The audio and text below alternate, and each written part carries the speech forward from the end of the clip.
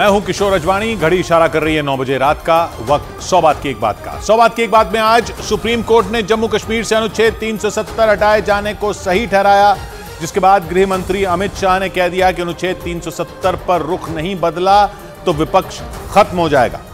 मध्य प्रदेश में बीजेपी ने मोहन यादव को नया मुख्यमंत्री चुन लिया, जिसके बाद उन्होंने मंच पर ही शिवराज सिंह चौहान के पैर छूकर आशीर्वाद लिया। कांग्रेस सांसद धीरज साहू के ठिकानों से 350 करोड़ रुपए से ज्यादा कैश मिलने पर बीजेपी ने संसद परिसर में प्रदर्शन किया तो कांग्रेस ने धीरज साहू से पल्ला झाड़ लिया।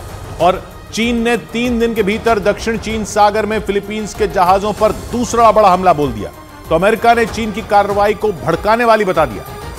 बड़ी खबर कांग्रेस सांसद धीरज साहू के ठिकानों पर आयकर विभाग की छापेमारी से जुड़ी। कांग्रेस सांसद धीरज साहू के झारखंड, ओडिशा और पश्चिम बंगाल के अलग अलग ठिकानों से मिले कैश की गिनती 6 दिन से जारी है। आयकर विभाग के सूत्रों के मुताबिक ओडिशा में बलंगीर के स्टेट बैंक की ब्रांच में और धीरज साहू के रांची वाले घर पर नोटों की गिनती लगातार चल रही है। सूत्रों के मुताबिक इनके अलावा सभी जगहों पर नोटों की गिनती पूरी कर ली गई है। सूत्र बताते हैं कि 350 करोड़ रुपए से ज्यादा के नोट गिने जा चुके हैं। हालांकि आयकर विभाग के अधिकारियों ने धीरज साहू के ठिकानों पर छापेमारी पर कोई भी आधिकारिक जानकारी साझा नहीं की है, लेकिन छापेमारी के दौरान मिली कैश की तस्वीरें देखकर हर कोई दंग है, क्योंकि आयकर विभाग के सूत्रों के मुताबिक वहां 2, 4 या 10 करोड़ नहीं बल्कि नोटों से भरा एक पूरा कमरा मिला और उसकी दीवारों पर, अलमारियों में, अलमारियों के ऊपर और फर्श पर नोट ही नोट दिखाई दिए। बलंगीर से सामने आई इन तस्वीरों को जिसने भी देखा उसने दांतों तले उंगलियां दबा ली। खबरों के मुताबिक एक ही कमरे में इतने सारे नोटों के बंडल देखकर छापेमारी करने पहुंचे आयकर विभाग के अफसर और कर्मचारी भी भौचक्के रह गए। कमरे का दरवाजा खुलते ही जहां तक नजरें जा रही थीं, बस नोट ही नोट नजर आ रहे थे। उस कमरे में अलमारियों में रखे नोटों के बंडल देखकर ऐसा लगा मानो किसी बड़े बैंक का लॉकर खोल दिया गया हो। आयकर विभाग के सूत्रों के मुताबिक कमरे में लोहे की 9 अलमारियां मिली और उन अलमारियों के एक एक खाने में नोटों को ठूस ठूस कर भरा गया था। वीडियो देखकर ऐसा लगा मानो अलमारियों के अंदर नोटों के बंडल की दीवार बना दी गई हो। नोटों के बंडलों से लोहे की अलमारियां तो भरी ही थीं, उस कमरे में बने लकड़ी के रैक पर भी सैकड़ों गड्डियां रखी दिखाई दी, जिसका मतलब यह है कि उस कमरे का हर कोना नोटों से भरा हुआ था। आयकर विभाग के सूत्रों के मुताबिक छापेमारी करने गई टीम जैसे जैसे उस कमरे में आगे बढ़ रही थी, हर कदम पर कैश मिलता जा रहा था। उस कमरे से मिले नोटों को गिनने के लिए आयकर विभाग की टीम को नोट गिनने वाली कई मशीनें मंगवानी पड़ी, क्योंकि वहां इतने नोट मिले कि हाथों से उनकी गिनती करना संभव नहीं था। नोटों से भरे उस कमरे में अलमारियों में दिख रही रकम के अलावा कई बैग भी दिखाई दिए और उनमें नोटों के बंडलों को ऊपर तक भरकर रखा गया था। नोटों से भरे एक बैग के ऊपर दूसरा बैग भरकर रखा नजर आया।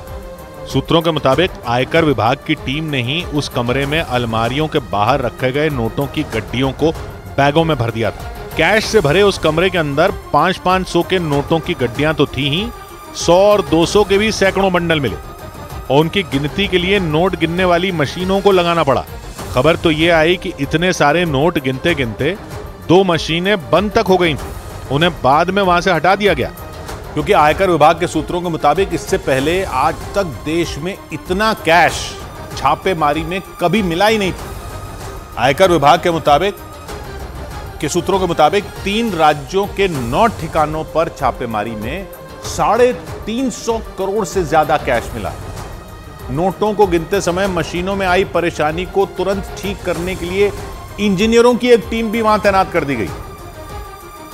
और सूत्रों के मुताबिक उस कमरे में मिले नोटों के अंबार को गिनने के लिए कई बैंकों से नोट गिनने वाली मशीनें मंगवानी पड़ी। ओडिशा के बलंगीर में इस कमरे में नोटों के बंडलों को देखने के बाद अंदाजा लगाया जा रहा है कि 200 करोड़ से ज्यादा की रकम तो यहीं जमा करके रखी गई थी, क्योंकि 500 के नोटों की एक गड्डी में 50,000 की रकम होती है और 500 की 2 गड्डियों को मिलाकर यह रकम 1 लाख हो जाती है। ऐसे में अंदाजा लगाया जा रहा है कि उस कमरे में 500 की करीब 20,000 गड्डियां मौजूद थी।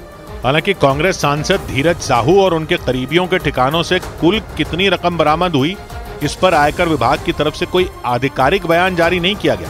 माना जा रहा है कि नोटों की गिनती पूरी होने और छापेमारी की कार्रवाई पूरी होने के बाद ही आयकर विभाग इस पर जानकारी साझा करेगा।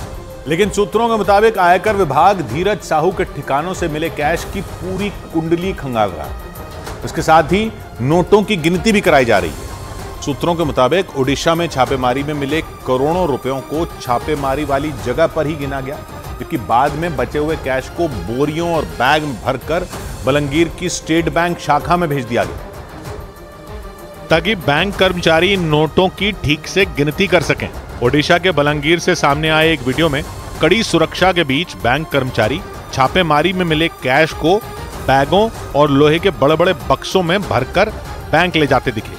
इसके बाद बैंक के अंदर 3 बैंकों के 50 कर्मचारियों को 40 मशीनों के साथ नोट गिनने में लगा दिया गया। बैंक के अंदर इतनी बड़ी मात्रा में कैश देखकर हर कोई दंग था। नोट गिनने के लिए लगाए गए कर्मचारियों की आंखें भी फटी की फटी रह गईं। बैंक के अंदर बड़े से हॉल में टेबल के ऊपर चारों तरफ बस नोटों के बंडल ही नजर आए। टेबल पर नोट गिनने वाली मशीनों के साथ कतार में बैठे बैंक कर्मचारी बेहद सावधानी के साथ नोट गिनते दिखाई दिए। नोटों की गिनती के लिए लगाए गए 50 लोगों के अलावा भी 20 और कर्मचारियों की ड्यूटी लगा दी गई और उन्हें नोट गिनने के अलावा अलग अलग काम दे दिया गया। कुछ लोगों को नोटों की गिनती की पूरी प्रक्रिया की वीडियोग्राफी के काम में लगाया गया। आयकर विभाग के सूत्रों के मुताबिक छापेमारी के दौरान कोई भी एक्शन बिना वीडियो रिकॉर्डिंग के पूरा नहीं किया गया। यानी आयकर विभाग की टीम ने छापेमारी के दौरान पूरी सावधानी बरती। आयकर विभाग के सूत्रों के मुताबिक ज्यादातर नकदी ओडिशा में धीरज साहू के भाई की कंपनी बौद्ध डिस्टिलरी प्राइवेट लिमिटेड के परिसर से बरामद की गई। सूत्रों के मुताबिक आयकर विभाग की जांच टीम ने मामले में कंपनी के उन अधिकारियों और कर्मचारियों के बयान भी दर्ज किए हैं जो तलाशी के दौरान वहां मौजूद थे। आयकर विभाग की टीम ने 6 दिसंबर को झारखंड में रांची और लोहरदगा में धीरज साहू के पैतृक आवास पर, उनकी शराब कंपनी के ऑफिस में और कोलकाता में उनके एक ठिकाने पर एक साथ छापा मारा। इसके अलावा आयकर विभाग ने ओडिशा के संबलपुर, बलांगीर, टिटलागढ़, बौद्ध, सुंदरगढ़, राउरकेला और भुवनेश्वर में एक साथ छापा मारकर हड़कंप मचा दिया। और इस छापेमारी के दौरान नोटों से भरे कमरे का वीडियो वायरल होने के बाद कांग्रेस सांसद धीरज साहू और उनके परिवार की चर्चा पूरे देश में होने लगी। उनकी कमाई, कारोबार, अरबों की संपत्ति लोगों में चर्चा का विषय बन गई।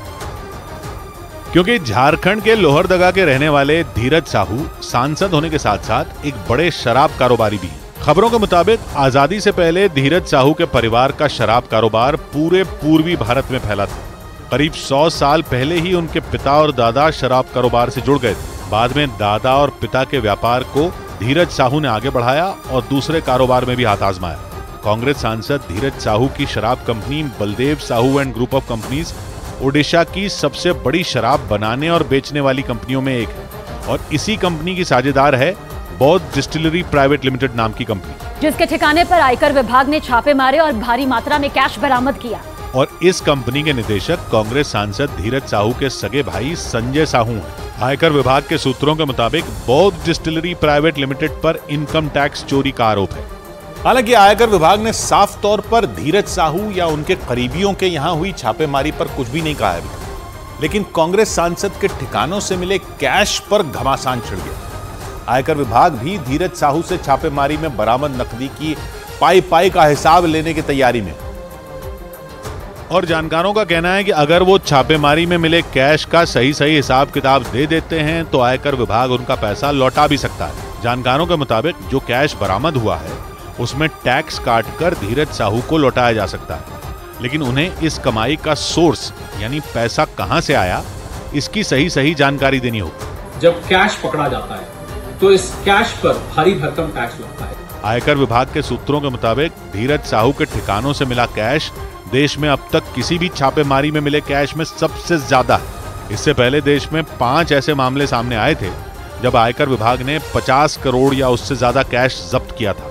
उत्तर प्रदेश में इत्र कारोबारी पीयूष जैन के कन्नौज और कानपुर के ठिकानों से 196 करोड़ रुपए नकद और 23 किलो सोना बरामद किया गया था। अगस्त 2022 में महाराष्ट्र के जालना में आयकर विभाग ने एक स्टील और कपड़ा व्यापारी के घर से करीब 390 करोड़ की बेनामी संपत्ति जब्त की थी। और इसी तरह पश्चिम बंगाल में अर्पिता मुखर्जी के घर छापेमारी में ईडी ने करीब 50 करोड़ रुपए नकद और प्रॉपर्टी के पेपर बरामद किए थे। लेकिन इस बार आयकर विभाग के शिकंजे में कांग्रेस सांसद धीरज साहू आ गए। इसके बाद बीजेपी ने उनके खिलाफ मोर्चा खोल दिया। महाराष्ट्र में बीजेपी महिला मोर्चा से जुड़ी महिलाओं ने हाथों में बैनर और पोस्टर लेकर सड़क पर जोरदार प्रदर्शन किया और कांग्रेस सांसद धीरज साहू के पोस्टर पर चप्पलों की बारिश कर दी। इस दौरान बीजेपी महिला मोर्चा के कार्यकर्ताओं और समर्थकों ने कांग्रेस के खिलाफ जमकर नारेबाजी की। हालांकि कांग्रेस ने धीरज साहू मामले में चुप्पी साध ली। कांग्रेस नेता अधीर रंजन चौधरी ने तो साफ साफ कह दिया कि इससे कांग्रेस का कोई लेना देना नहीं, कांग्रेस पार्टी के साथ इसका कोई सरोकार नहीं है। लेकिन बीजेपी इस मामले में कांग्रेस को पूरी तरह घेर रही है। दिल्ली में बीजेपी के राष्ट्रीय अध्यक्ष जेपी नड्डा ने सांसदों के साथ गांधी प्रतिमा के करीब प्रदर्शन किया और कांग्रेस पर जोरदार हमला बोला। कांग्रेस पार्टी और भ्रष्टाचार ये एक ही सिक्के के दो पहलू हैं। धीरज साहू के ठिकानों पर छापेमारी के मामले लेकर प्रधानमंत्री तक सोशल मीडिया प्लेटफॉर्म पर कांग्रेस को घेर चुके हैं। उधर बड़ी खबर आई सुखदेव सिंह गोगामेडी हत्याकांड से जुड़ी। खबर है कि गोगामेडी की पत्नियों के बीच उनकी करोड़ों की संपत्ति को लेकर खींचतान शुरू हो गई। राष्ट्रीय राजपूत करनी सेना के अध्यक्ष रहे सुखदेव सिंह गोगामेडी की 3 पत्नियां बताई जाती हैं और सूत्रों के हवाले से खबर है कि उन तीनों के बीच संपत्ति को लेकर घमासान मच गया। गोगामेडी की तीसरी पत्नी सपना सोनी ने उनकी दूसरी पत्नी शीला शेखावत पर कई गंभीर आरोप लगाए। 5 दिसंबर को जयपुर में गोगामेडी के घर में घुसकर 2 शूटरों ने गोली मारकर उनकी बेरहमी से हत्या कर दी थी। पुलिस ने दोनों शूटरों के साथ उनके कुछ मददगारों को भी गिरफ्तार कर लिया और हत्याकांड की साजिश से पर्दा उठाने के लिए उनसे पूछताछ कर रही है। लेकिन इस हत्याकांड में नया मोड़ तब आ गया जब यह बात सामने आई कि गोगामेडी की एक नहीं बल्कि 3 पत्नियां थीं। सूत्रों का दावा है कि उन तीनों के बीच गोगामेडी की करोड़ों की संपत्ति को लेकर विवाद शुरू हो गया। जानकारी के मुताबिक पूरे राजस्थान में सुखदेव सिंह गोगामेडी की 200 करोड़ रुपए से ज्यादा की संपत्ति है। और सूत्रों का दावा है कि गोगामेडी हत्याकांड के बाद उनकी पत्नियों के बीच प्रॉपर्टी के लिए दंगल शुरू हो गया। सुखदेव सिंह गोगामेडी की पहली पत्नी का नाम शकुंतला चौधरी है, जबकि दूसरी पत्नी का नाम शीला शेखावत और तीसरी पत्नी का नाम है सपना सोनी। लेकिन गोगामेडी की हत्या के बाद अगर कोई सबसे पहले खुलकर सामने आया तो वो थी शीला शेखावत। उस वक्त जब गोगामेडी का शव अस्पताल के अंदर पड़ा था, उसी दौरान अस्पताल के बाहर शीला उनके समर्थकों के बीच हुंकार भर रही थी।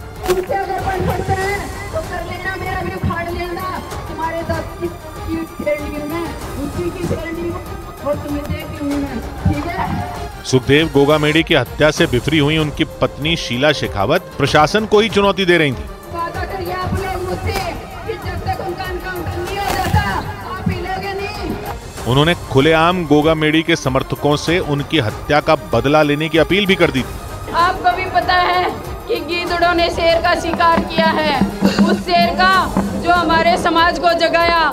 मतलब गोगामेडी की हत्या के बाद शीला शेखावत ने यह बताने की कोशिश की थी कि उनकी उत्तराधिकारी वही हैं। लेकिन सुखदेव गोगामेडी की तीसरी पत्नी को शायद ये मंजूर नहीं। इसी वजह से ये माना जा रहा है कि गोगामेडी की संपत्ति और राष्ट्रीय राजपूत करनी सेना पर अधिकार को लेकर विवाद बढ़ सकता है, क्योंकि सूत्रों के मुताबिक शीला शेखावत ने राष्ट्रीय राजपूत करनी सेना पर कब्जा करने की भी पूरी प्लानिंग कर ली है। और खबर है कि जैसे ही इसकी भनक गोगामेडी की तीसरी पत्नी सपना सोनी को लगी, उन्होंने भी मोर्चा संभाल लिया और मीडिया के सामने आकर उन्होंने शीला शेखावत पर जमकर प्रहार किए। संपत्ति का विवाद तब शुरू हुआ जब एक रोज पहले शीला शेखावत ने गोगामेडी की तीसरी पत्नी सपना सोनी को पहचानने से इनकार कर दिया। इस बारे में जब न्यूज 18 की टीम ने सपना सोनी से बातचीत की तो उन्होंने शीला शेखावत पर पैसों की लालची होने समेत कई गंभीर आरोप लगा दिए। 2 महीने रह के गई है वो इसी मकान में। उसने क्यों बोला वो जाने, उसका हो सकता है प्रॉपर्टी का उसको ज्यादा ही होगा, उसको प्रॉपर्टी के लिए कर रही होगी। और तो और उन्होंने ये भी आरोप लगाया कि शीला शेखावत अपने पति यानी गोगामेडी के नाम तक का इस्तेमाल नहीं करती थी। वो अपने पापा का ही नाम लगाते, क्योंकि मैंने उनके डॉक्यूमेंट्स यहाँ आते थे तो मैं देखती थी डॉक्यूमेंट्स में उनके पापा का नाम है। बातचीत के दौरान सपना सोनी ने दावा किया कि उन्हें गोगामेडी की संपत्ति का लालच नहीं है, बल्कि उन्हें सिर्फ और सिर्फ न्याय चाहिए। और गोगामेडी की तीसरी पत्नी सपना सोनी ने यह भी दावा किया कि राजपूत समुदाय से होने की वजह से ही शीला शेखावत को समर्थन मिल रहा है, जबकि उनका दावा है कि जयपुर में सुखदेव सिंह गोगामेडी सबसे ज्यादा उनके साथ रहते थे। और सपना सोनी के मुताबिक वारदात वाले दिन जब गोगा मेडी के ऊपर गोलियां चल रही थीं, तब वो मकान की दूसरी मंजिल पर ही मौजूद थी। न्यूज 18 से बातचीत के दौरान उन्होंने खुद को गोगा मेडी की तीसरी पत्नी बताया। सपना सोनी ने यह भी दावा किया कि गोगा मेडी सबसे ज्यादा उनके साथ ही रहते थे और इसी वजह से उनके बारे में वो बाकी 2 पत्नियों से ज्यादा जानती हैं। उनका दावा है कि गोगा मेडी की पूरी संपत्ति पहली पत्नी शकुंतला चौधरी के नाम पर है। हालांकि गोगा मेडी उनके घर ज्यादा नहीं जाते थे। हाँ, बताया जा रहा है कि शकुंतला जी के नाम पे मुझे बताते थे ऐसे कि अभी तो सब कुछ शकुंतला के नाम ही है। सपना सोनी के मुताबिक सुखदेव गोगा मेडी की शीला शेखावत से 2 बेटियां और 1 बेटा है। इसके बाद भी गोगा मेडी उनके साथ नहीं रहते थे। उन्होंने दावा किया कि राजपूत समुदाय से होने की वजह से ही शीला को ज्यादा समर्थन मिल रहा है। उनका दावा है कि गोगा मेडी की हत्या के बाद वो भी शीला शेखावत की तरह मीडिया के सामने आ सकती थी, लेकिन उन्होंने ऐसा नहीं किया। और पुलिस सूत्रों का दावा है कि हत्याकांड में शामिल शूटर रोहित राठौड़ के साथ सुखदेव गोगा मेडी की कई साल पुरानी रंजिश थी। सूत्रों के मुताबिक 7 साल पहले शूटर रोहित राठौड़ पर राजपूत समुदाय की एक नाबालिग लड़की को भगाने और उसका रेप करने का केस दर्ज हुआ था। और पुलिस के सूत्रों का दावा है कि राजपूत बिरादरी से आने की वजह से इस मामले में गोगा मेडी ने लड़की के घर वालों की हर मुमकिन मदद की थी। सूत्र बताते हैं कि पुलिस की पूछताछ में रोहित राठौड़ ने बताया कि सुखदेव गोगा मेडी की वजह से ही उसे जेल जाना पड़ा था और तो और मुकदमा लड़ने के लिए उसे अपना घर तक गिरवी रखना पड़ा था। मतलब गोगा मेडी की वजह से रोहित राठौड़ को काफी नुकसान हुआ था। और पुलिस सूत्रों का दावा है कि तभी से रोहित राठौड़ किसी भी सूरत में गोगा मेडी से बदला लेना चाहता था। पुलिस के सूत्र ये भी बताते हैं कि जेल में ही रोहित गोदारा के करीबी और लॉरेंस गैंग के गुर्गे वीरेंद्र चारण से रोहित राठौड़ की मुलाकात हुई थी और जैसे ही गैंगस्टर वीरेंद्र चारण ने गोगा मेडी हत्याकांड के लिए उससे पूछा तो वो फौरन वारदात को अंजाम देने के लिए तैयार हो गया था। और पुलिस सूत्रों के मुताबिक लॉरेंस गैंग ने शूटर रोहित राठौड़ और नितिन फौजी को हत्याकांड के बाद विदेश भेजने का झांसा दिया था। उनसे यह वादा किया गया था कि गोगा मेडी को मारने के बाद वो दोनों भी गोल्डी बराड़ की तरह ही विदेश में ऐशो आराम की जिंदगी गुजार सकेंगे। और पुलिस सूत्रों का दावा है कि इसके लिए दोनों को टोकन मनी के तौर पर 50-50 हजार रुपए दिए गए थे। पुलिस के सूत्र बताते हैं कि गोगा मेडी हत्याकांड को अंजाम देने के लिए लॉरेंस गैंग ने शूटर रोहित राठौड़ और नितिन फौजी को विदेश भेजने का झांसा दिया था। मतलब गोगा मेडी की वजह से रोहित राठौड़ को काफी नुकसान हुआ था, जहां वो गैंगस्टर गोल्डी बराड़ की तरह ऐशो आराम की जिंदगी गुजार पाएंगे। सूत्र बताते हैं कि चंडीगढ़ के बाद दोनों गोवा भागने की फिराक में थे। वहां से इन दोनों का प्लान दक्षिण भारत के शहरों में छिपने का था। बताया गया कि 20 दिन तक शूटर रोहित राठौड़ और नितिन फौजी को पुलिस से बचना था। प्लानिंग ये थी कि इन 20 दिन में लॉरेंस गैंग के गुर्गे इनके लिए पासपोर्ट और वीजा का इंतजाम करते, लेकिन इनकी प्लानिंग पर पानी तब फिर गया जब पुलिस ने चंडीगढ़ से दोनों को गिरफ्तार कर लिया। और दोनों शूटरों के साथ उनके एक मददगार को भी पुलिस ने गिरफ्तार कर लिया। तीसरे आरोपी की पहचान उधम के तौर पर हुई। आरोप है कि उसने दोनों शूटरों नितिन फौजी और रोहित राठौड़ को पुलिस से बचाने और छिपाने में मदद की थी। और पुलिस सूत्रों का दावा है कि उधम के जरिए ही दोनों शूटर चंडीगढ़ पहुंचे थे। तीनों चंडीगढ़ के सेक्टर 24 के कमल पैलेस नाम के होटल में रुके थे। इस दौरान न्यूज 18 की टीम ने होटल के मैनेजर से बातचीत की। उन्होंने बताया कि तीनों बदमाश शाम करीब 7:30 बजे होटल पहुंचे थे और तीनों ने 900 रुपए में एक कमरा बुक करवाया था, लेकिन तीनों बदमाशों के पहुंचने के कुछ देर बाद ही पुलिस होटल आ गई। एक पास बैग था और तीनों के ऊपर निकल लगे 7:40 पे शाम को लगाए और 10 मिनट बाद पुलिस पहुंच गई। होटल मैनेजर के मुताबिक तीनों ने फर्जी नाम से कमरा बुक करवाया था। उन्होंने अपने नाम दविंदर कुमार, जयवीर सिंह और सुखबीर सिंह बताए थे। इसके लिए उन्होंने फर्जी पहचान पत्र भी दिए थे। पुलिस के सूत्रों का दावा है कि होटल में दाखिल होने के बाद तीनों बदमाशों ने मैनेजर को डराकर सभी सीसीटीवी कैमरे बंद करवा दिए थे। लेकिन सुखदेव गोगा मेडी के कातिलों तक पहुंचने में पुलिस को नाकों चने चबाने पड़ गए, क्योंकि सूत्रों का दावा है कि दोनों शूटर रोहित राठौड़ और नितिन फौजी को पुलिस से बचाने के लिए लॉरेंस गैंग ने बड़ी प्लानिंग की थी। यानी गोगा मेडी की हत्या करने के बाद शूटरों के फरार होने का पूरा रोड मैप पहले से तैयार कर दिया गया था। हत्या करने के बाद शूटर कहां रुकेंगे और फरार होने में कौन उनकी मदद करेगा, ये पूरी प्लानिंग पहले ही कर ली गई थी। पुलिस सूत्रों के मुताबिक 5 दिसंबर को वारदात अंजाम देने के बाद दोनों शूटर नितिन फौजी और रोहित राठौड़ ने सचिन माली नाम के आदमी की मदद से एक टैक्सी ली और फिर जयपुर से सीधा राजस्थान के सुजानगढ़ पहुंचे। यहाँ से दोनों शूटर बस में बैठकर हरियाणा के रेवाड़ी जिले के धारुएड़ आए। और इसके बाद दोनों ने धारूहेड़ा से रेवाड़ी रेलवे स्टेशन जाने के लिए 500 रुपए में एक ऑटो किराए पर लिया। 6 दिसंबर को रेवाड़ी रेलवे स्टेशन पर दोनों शूटरों की तस्वीरें भी सामने आई। सूत्र बताते हैं कि रेवाड़ी से दोनों हरियाणा के हिसार निकल गए, जहां पहले से ही गैंगस्टर वीरेंद्र चारण का गुर्गा उधम उनका इंतजार कर रहा था। हिसार पहुंचने के बाद उधम शूटर नितिन फौजी और रोहित राठौड़ को लेकर मनाली निकल गए, लेकिन जैसे ही 9 दिसंबर को तीनों मनाली से चंडीगढ़ लौटे, पुलिस ने तीनों को धर दबोचा। और पुलिस सूत्रों का दावा है कि लॉरेंस बिश्नोई के करीबी गैंगस्टर संपत नेहरा के इशारे पर दुबई में बैठे रोहित गोदारा ने गोगा मेडी की हत्या की पूरी साजिश रची। इसके लिए उसने अपने राइट हैंड वीरेंद्र चारण को इस हत्याकांड को अंजाम तक पहुंचाने का काम सौंपा था। और उसी के तहत वीरेंद्र चारण ने सबसे पहले हत्याकांड को अंजाम देने के लिए 2 शूटरों रोहित राठौर और नितिन फौजी का इंतजाम किया। शूटर रोहित राजस्थान की अजमेर जेल में वीरेंद्र चारण के साथ बंद था और उसकी गोगा मेडी से पुरानी दुश्मनी थी। उसी का फायदा उठाकर वीरेंद्र चारण ने उसे हत्याकांड को अंजाम देने के लिए तैयार कर लिया। पुलिस सूत्रों का दावा है कि दूसरे शूटर नितिन फौजी को विदेश भेजने का लालच दिया गया था। शूटरों का इंतजाम होने के बाद सुखदेव गोगा मेडी की उनके घर पर ही हत्या करने की प्लानिंग की गई। और सूत्रों के मुताबिक वारदात को अंजाम देने के लिए गैंगस्टर वीरेंद्र ने ही अपने गुर्गों के जरिए दोनों शूटरों तक जयपुर में ही हथियार पहुंचवाए थे। सूत्र ये भी बताते हैं कि वारदात को अंजाम देने से पहले और उसके बाद भी दोनों शूटर नितिन फौजी और रोहित राठौड़ गैंगस्टर वीरेंद्र चारण के संपर्क में थे। राजस्थान पुलिस के मुताबिक 1 लाख रुपए के इनामी बदमाश वीरेंद्र चारण पर गैंगस्टर राजू ठेठ की हत्या करवाने का आरोप है और तभी से पुलिस को उसकी तलाश है। लेकिन दावा है कि रोहित गोदारा की तरह वीरेंद्र चारण भी फर्जी पासपोर्ट से दुबई फरार हो चुका है और वो वहीं से रोहित गोदारा के इशारे पर लॉरेंस गैंग के लिए वारदात को अंजाम देता है।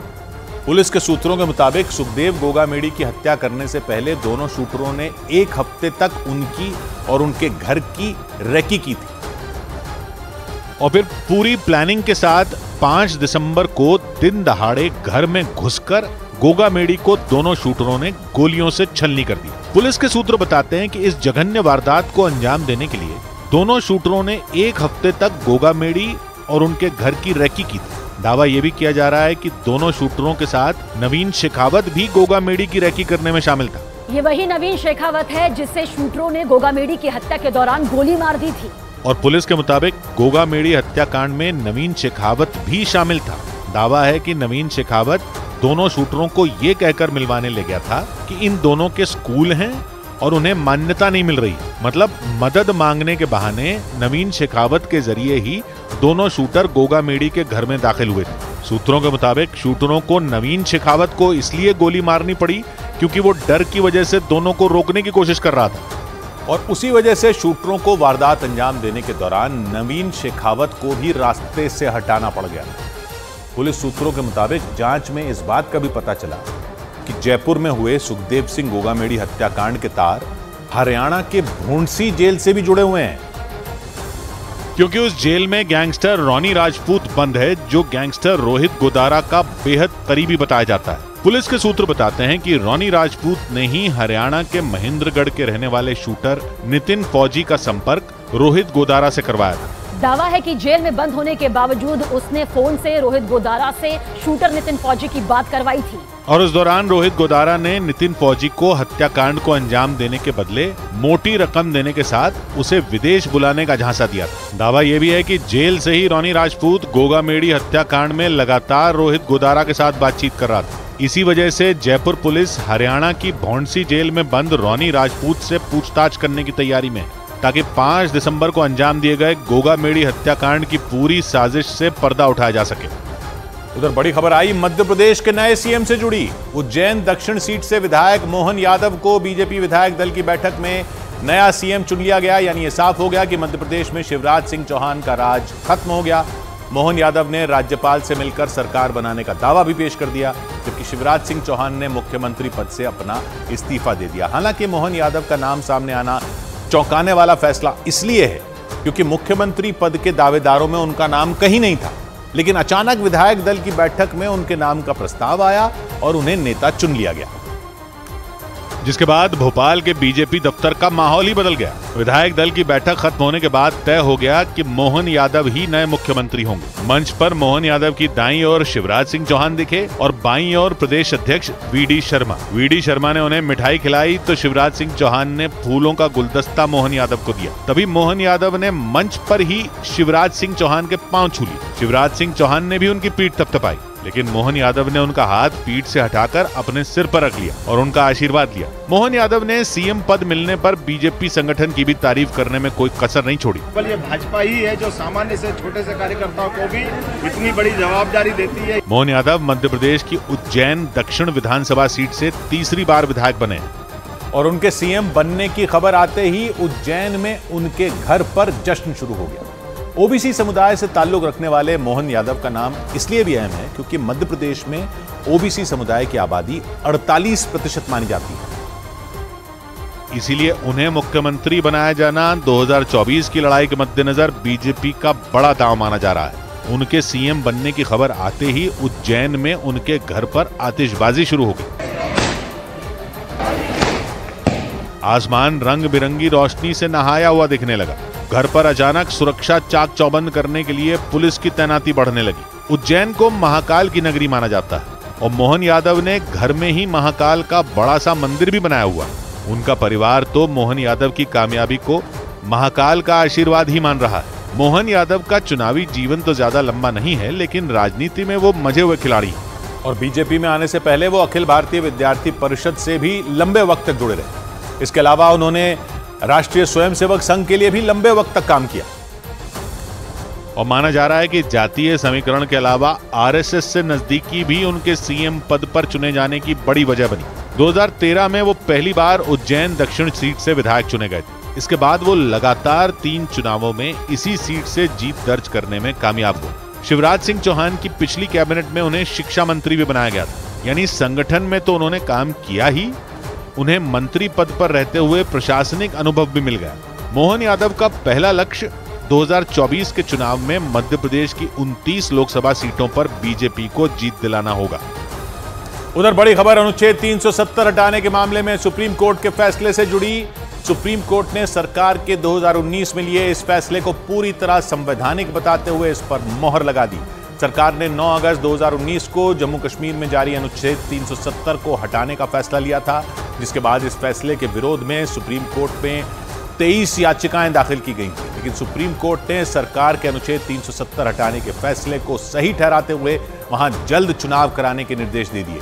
इसके बाद देश के गृह मंत्री अमित शाह ने राज्यसभा में इससे जुड़े सवालों का जवाब दिया और साफ कर दिया कि बीजेपी ने सत्ता संभालते ही जम्मू कश्मीर की जनता से अनुच्छेद 370 हटाने का जो वादा किया था वो पूरा हुआ। इसके अलावा उन्होंने ये भरोसा भी दिया कि वहां जल्द ही चुनाव भी कराए जाएंगे। इस दौरान गृह मंत्री ने पाकिस्तान के कब्जे वाले कश्मीर पर भी सरकार का रुख साफ कर दिया। जिसको जो बोलना है वो बोले। इस सदन में बोला हुआ शब्द इतिहास बनता है। मैं आज फिर से कहना चाहता हूं, पाक ऑक्यूपाई कश्मीर भारत का है, हमारा है और हमसे कोई नहीं।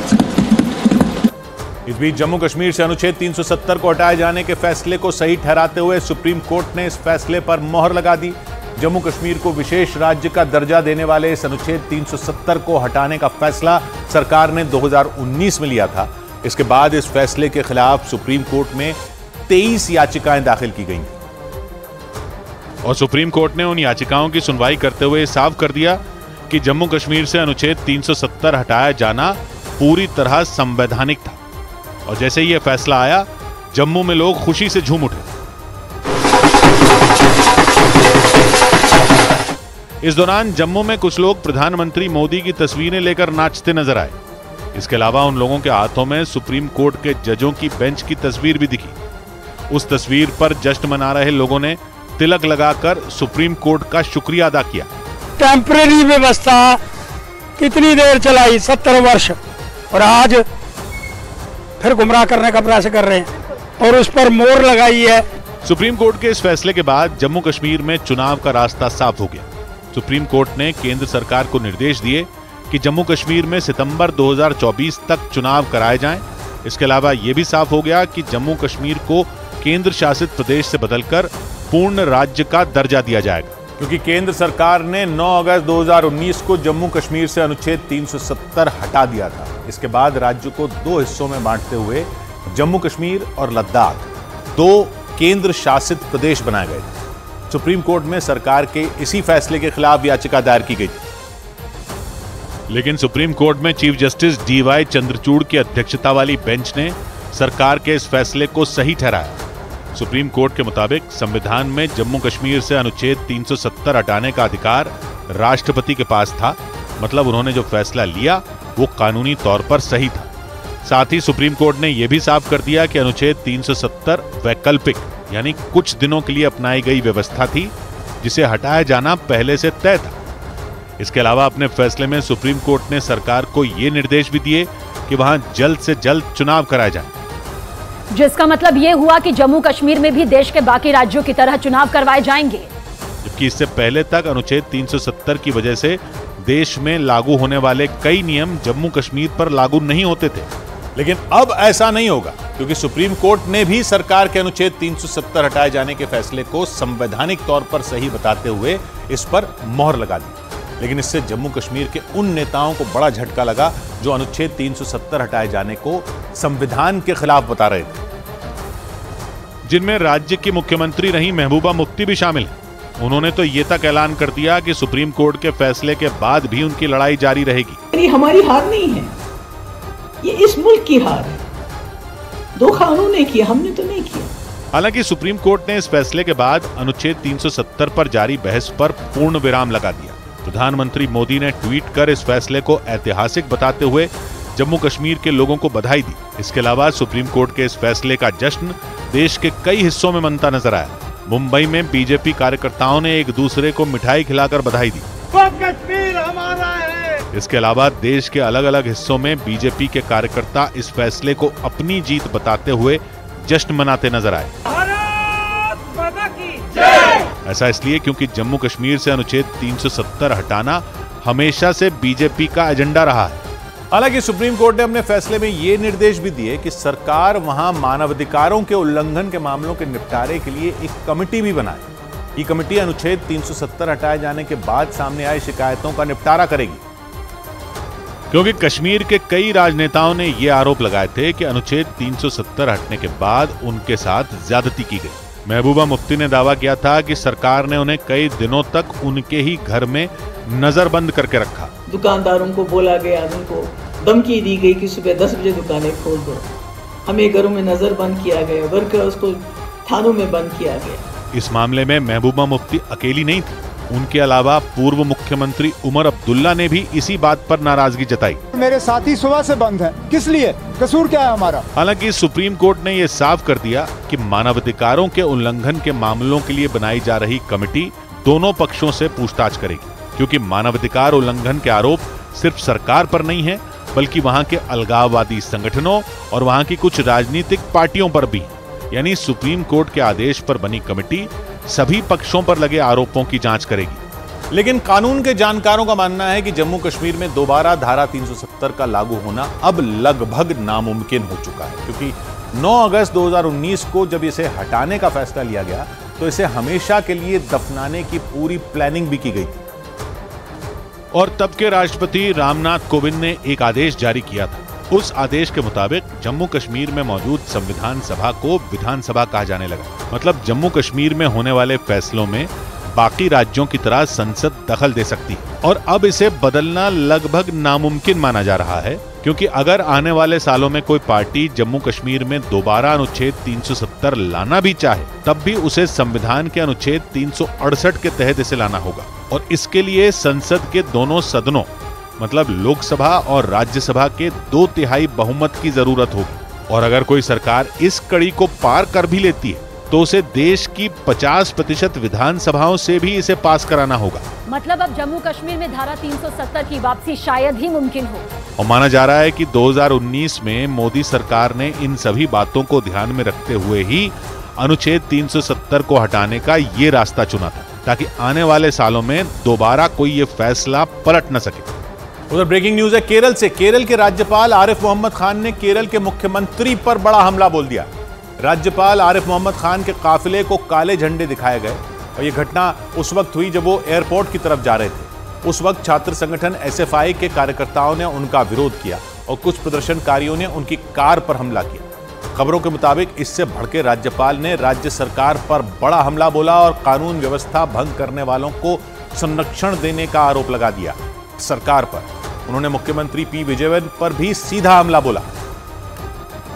I cannot allow the criminals, the juntas, to rule the road. You are surrounded by the security. Just a moment. What security people?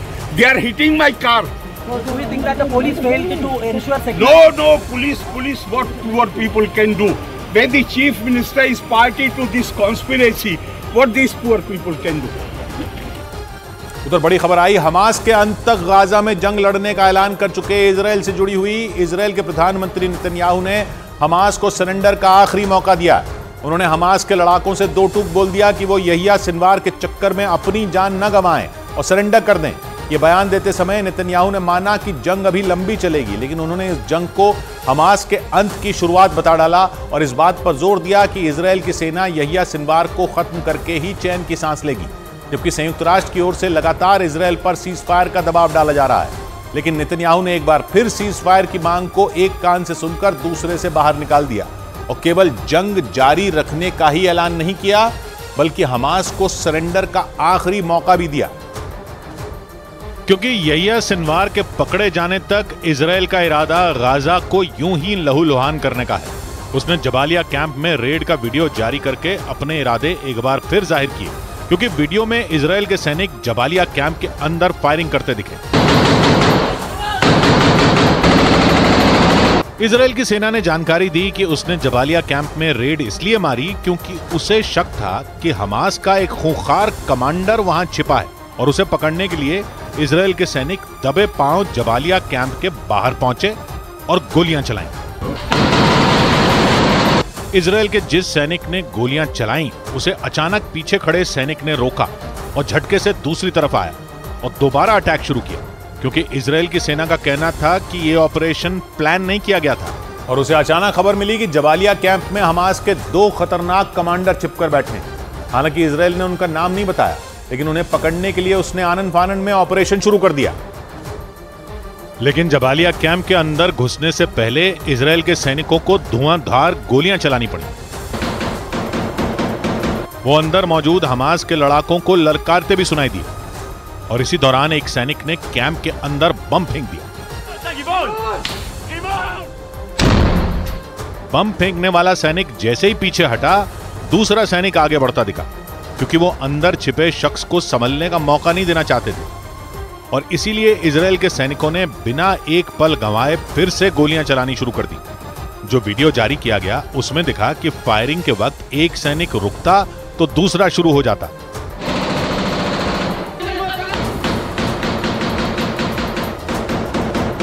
Israel की सेना ने बताया कि यह ऑपरेशन जबालिया कैंप के नीचे बनी सुरंग में छिपे हमास के लड़ाकों को पकड़ने के लिए चलाया गया था, लेकिन सुरंग में घुसने से पहले ही खूब गोलियां चली और इसके बाद इजराइल के सैनिक अंदर घुसे। उन्होंने वहां हमास के दो लड़ाकों को मारने का दावा किया। इजराइल की सेना ने बताया कि वो जब अंदर घुसे तो हमास के दोनों लड़ाके जिंदा थे और इसीलिए इजराइल के सैनिक गोलियां चलाते हुए अंदर घुसे। इस दौरान गिने चुने मौके ही आए जब गोलियों की आवाज सुनाई नहीं दी, क्योंकि ज्यादातर समय इजराइल के सैनिक अलर्ट थे और गोलियां चला रहे थे। उनका कहना था कि सुरंग में घुसते समय अंदर से हमास के दोनों लड़ाकों ने फायरिंग की और उसका उन्हें जवाब देना पड़ा। वीडियो में दिखा कि अंदर मौजूद हमास के लड़ाकों और इजराइल के सैनिकों की बहस भी हुई और इसके बाद इजराइल के सैनिकों ने एक बार फिर उन्हें टारगेट किया।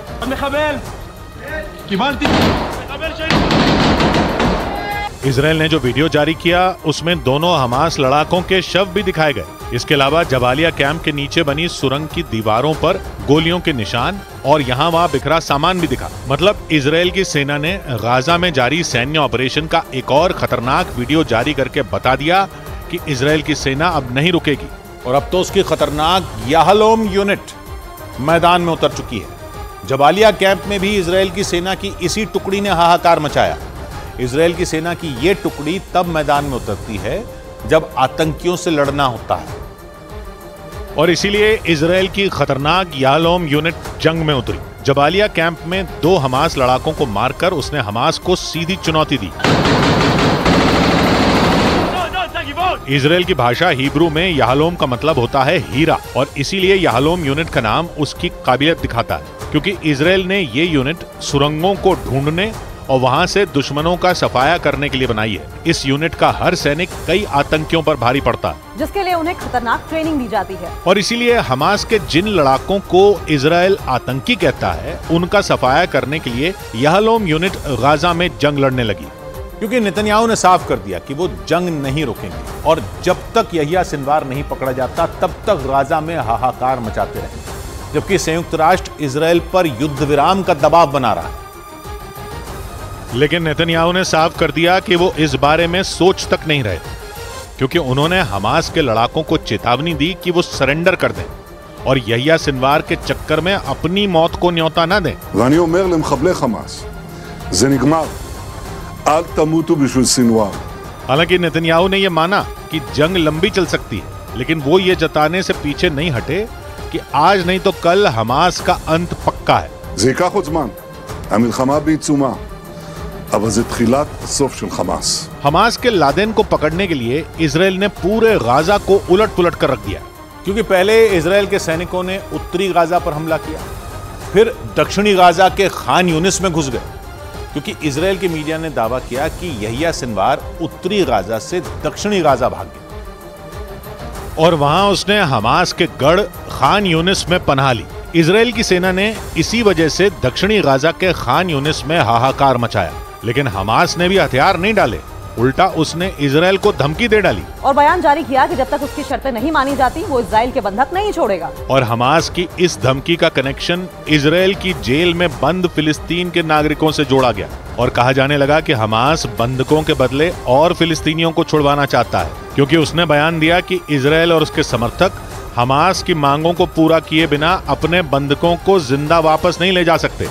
यानी नेतन्याहू और हमास दोनों अड़े हुए, जिसका खमियाजा गाजा के आम लोग भुगत रहे हैं, क्योंकि नेतन्याहू सिनवार को पकड़े बिना सीज फायर के बारे में सोच तक नहीं रहे। और हमास भी बाकी बंधकों को नहीं छोड़ना चाहता। इजराइल और हमास के बीच पिछले महीने हुआ युद्ध विराम 1 हफ्ते ही चला था और 1 दिसंबर को खत्म हो गया था। उस दौरान हमास ने 105 बंधकों को रिहा किया था। इन बंधकों में 80 इजराइल के नागरिक और बाकी दूसरे देशों के नागरिक थे, और उनकी रिहाई के बाद हमास के कब्जे में 137 बंधक और होने की खबर है, क्योंकि जंग की शुरुआत से ही कहा जा रहा है कि 7 अक्टूबर को हमास ने 240 लोगों को बंधक बनाया था और इन बंधकों में कुछ तो छूट गए, लेकिन 100 से ज्यादा बंधक अब भी हमास की कैद में है। यानी इजराइल पर चौतरफा दबाव है। एक तरफ उसे अपने बंधकों को छुड़ाना है और दूसरी तरफ 7 अक्टूबर के मास्टरमाइंड यहिया सिनवार को पकड़ना है, और उसके लिए इजराइल की सेना की सबसे खतरनाक टुकड़ी कही जाने वाली याहलोम यूनिट मैदान में उतर चुकी है। और इजराइल की ओर से लगातार ऐसी तस्वीरें जारी की जा रही हैं जिन्हें इजराइल गाजा में हमास की हार के तौर पर दिखा रहा है। लेकिन इसी बीच कुछ ऐसी तस्वीरें भी आईं जिनकी वजह से इजराइल की सेना पर सवाल उठे और फिलिस्तीन के लोगों से बदसलूकी करने के आरोप लगे, क्योंकि एक नए वीडियो में कुछ लोग बिना कपड़ों के लाइन से खड़े दिखे। एक लाइन से खड़े इन लोगों को इस तरह खड़ा किया गया था मानो उन्होंने बहुत बड़ा गुनाह किया। एक उम्रदराज शख्स तो बंदूक लिए पीछे से निकला, उसके बाद वहां खड़े बाकी लोग उसे देखने लगे। वीडियो में दिखा कि ये शख्स बंदूक लेकर आया और इस दौरान उसके दोनों हाथ ऊपर थे। इसके बाद ये धीरे धीरे आगे बढ़ा और फिर एक जगह आकर उसने बंदूक नीचे रख दी। कहा जा रहा है कि इजराइल की सेना ने इस शख्स से सरेंडर करवाया और सबके सामने हथियार डलवाए, जबकि वीडियो में बिना कपड़ों के खड़े बाकी लोगों से पहले ही ऐसा करवाया जा चुका था। पिछले कुछ दिनों में यह दूसरा वीडियो है जिसमें दावा किया गया कि इजराइल की सेना फिलिस्तीन के लोगों के कपड़े उतरवाकर परेड करवा रही और उनके साथ जानवरों जैसा सलूक किया, क्योंकि इस नए वीडियो और पिछले हफ्ते आए वीडियो में लोगों की दुर्दशा एक जैसी दिखी।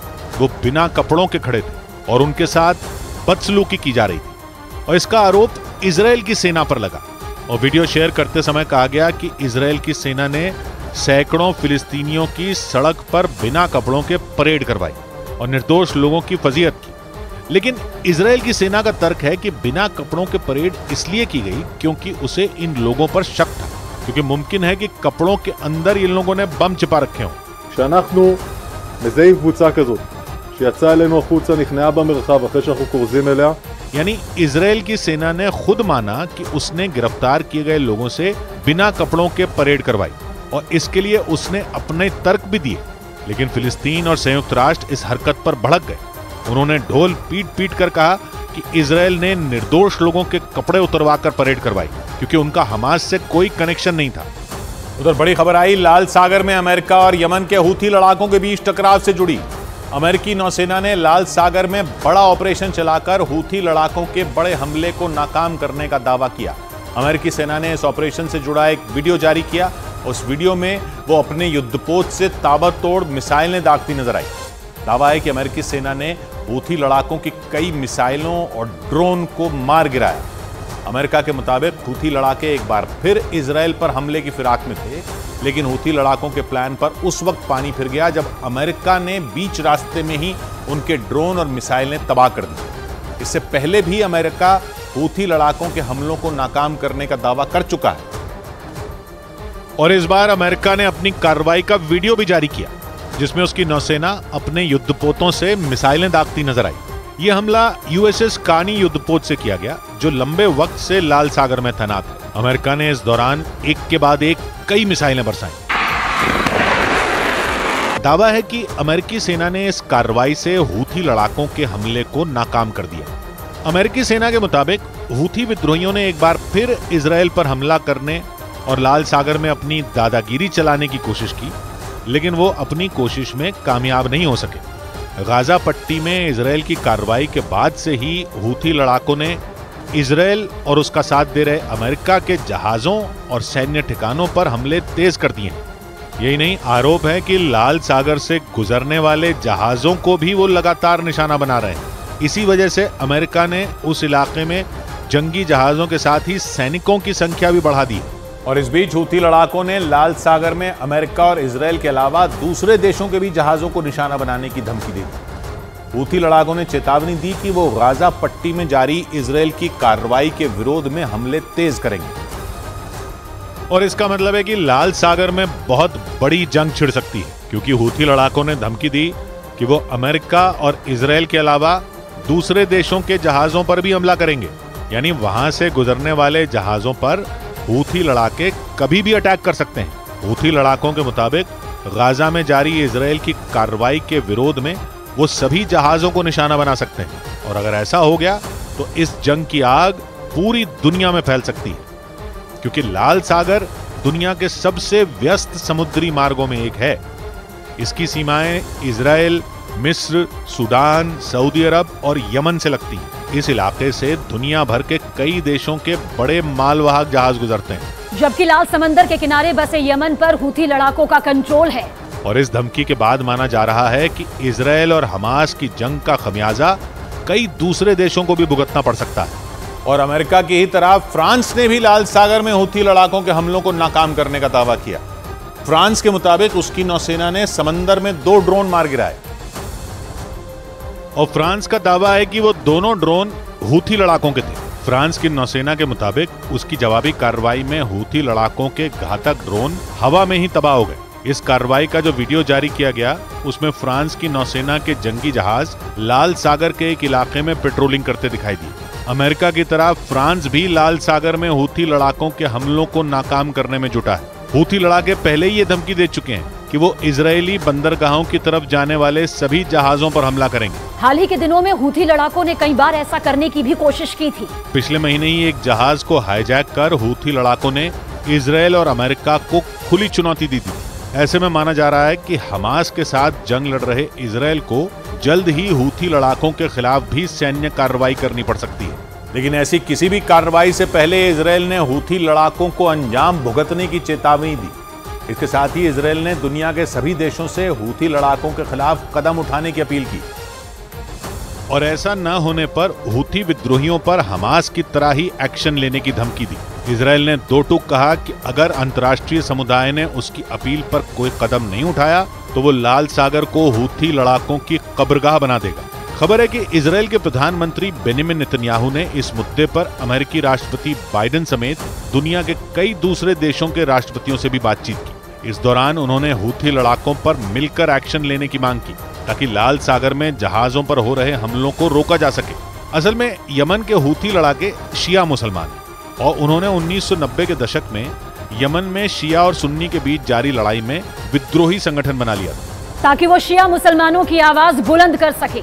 और ये संगठन 2014 से ही सऊदी अरब के समर्थन वाली यमन की गठबंधन सरकार के खिलाफ गृह युद्ध लड़ रहा है। माना जाता है कि शिया बहुल देश ईरान हूथी लड़ाकों का पूरा समर्थन करता है और माना जा रहा है कि ईरान के इशारे पर ही वो इजरायल और अमेरिका को निशाना बना रहा है।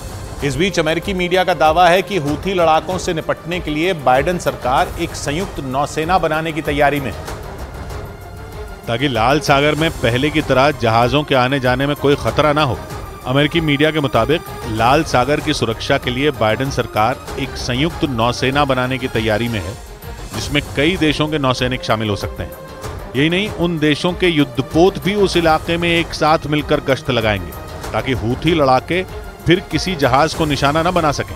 हालांकि इस बात की जानकारी नहीं दी गई कि अगर ऐसी कोई सेना का गठन होता है तो उसमें कौन कौन से देश शामिल हो सकते हैं। इसके साथ ही अमेरिकी मीडिया ने इस तनाव के लिए एक बार फिर ईरान को जिम्मेदार ठहरा दिया। आरोप लगाया कि ईरान उस इलाके में जंग का नया मोर्चा बनाना चाहता है क्योंकि ईरान पर हूथी लड़ाकों को हथियार देने और हर तरीके से उनकी मदद करने के आरोप लगते रहे।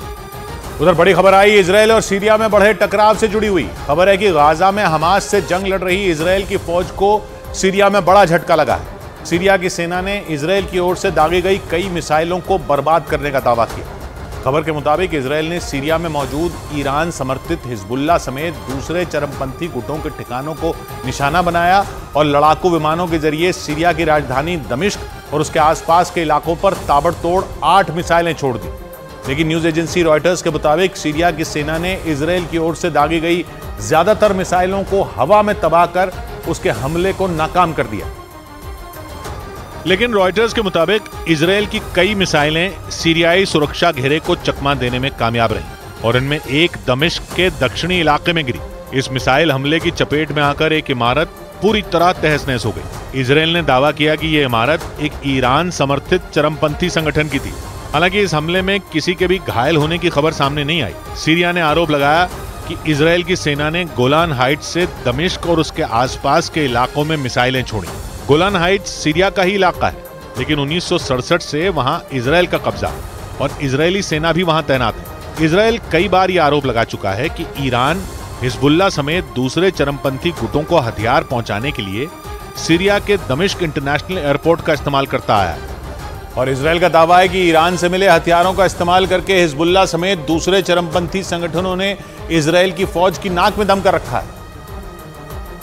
और इसीलिए हमास के 7 अक्टूबर के भयानक हमले के बाद से ही इजरायल ने सीरिया के एयरपोर्ट समेत दूसरे ठिकानों पर हमले तेज कर दिए ताकि ईरान को सीरिया में पैठ बढ़ाने से रोका जा सके।